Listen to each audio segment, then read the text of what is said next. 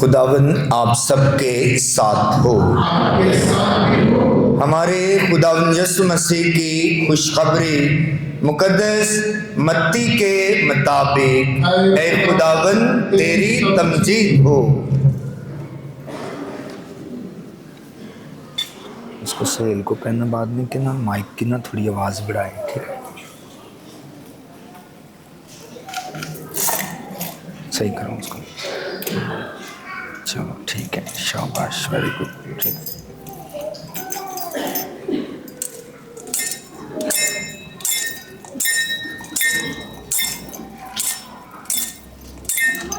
اس کو کہو۔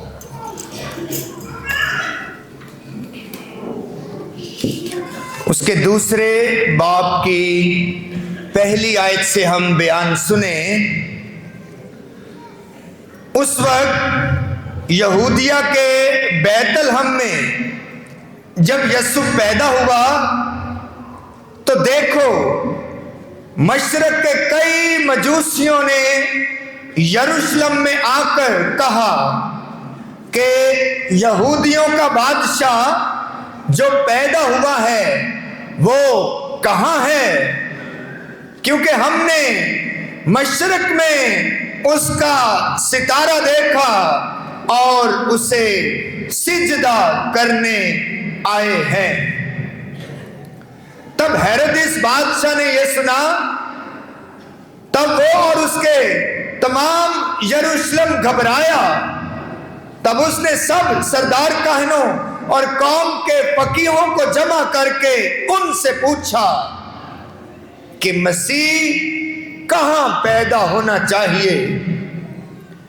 انہوں نے اس سے کہا یہودیہ کے بیت الحم میں، کیونکہ نبی کی معرفت یوں لکھا ہے کہ اے بیت الحم یہودیہ کی سرزمین، تو یہودیہ کے رئیسوں میں ہرگز کم ترین نہیں، کیونکہ تجھ میں سے ایک حاکم نکلے گا جو میری امت اسرائیل کی گلہ بانی کرے گا۔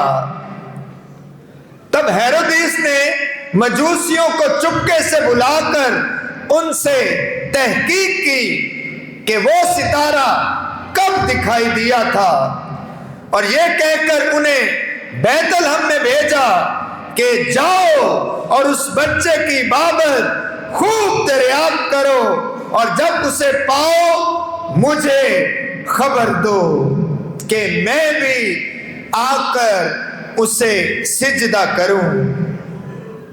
وہ بادشاہ سے یہ سن کر روانہ ہوئے، اور دیکھو وہ ستارہ جو انہوں نے مشرق میں دیکھا ان کے آگے آگے چلا، یہاں تک کہ اس جگہ کے اوپر آ کر ٹھہر گیا جہاں وہ بچہ تھا۔ وہ ستارے کو دیکھ کر نہایت خوش ہوئے، اور اس گھر میں داخل ہو کر اس بچے کو اس کی ماں مریم کے ساتھ پایا، اور اس کے آگے گر کر اسے سجدہ کیا، اور اپنے ڈبے کھول کر سونا اور لبان اور مر اسے نظر گزرانا، اور خواب میں آگاہی پا کر کہ ہیرودیس کے پاس واپس نہ جائیں، وہ دوسری راہ سے اپنے ملک کو واپس چلے گئے۔ انجیل مقدس کے وسیلہ سے ہم سب کی خطائیں مٹائی جائیں۔ مسیح خداوند میں میرے عزیزو، کرسمس کی خوشیوں کا سلسلہ جاری ہے۔ کتنا ہی خوبصورت، پرفضل، بابرکت، خوشیوں بھرا موسم خدا نے کرسمس کا موسم، بڑے دن کا موسم ہمیں عطا کیا، اور ہم نے بڑی شایانہ شان طریقے سے خداوند یسوع المسیح کی ولادت کی خوشیاں منائی، اور یہ سلسلہ ابھی تھما نہیں ہے۔ بلکہ یہ اپنے عروج کی طرف جا رہا ہے، اور آج بھی ایسا ہی لگتا ہے جیسے کرسمس کا سما ہے۔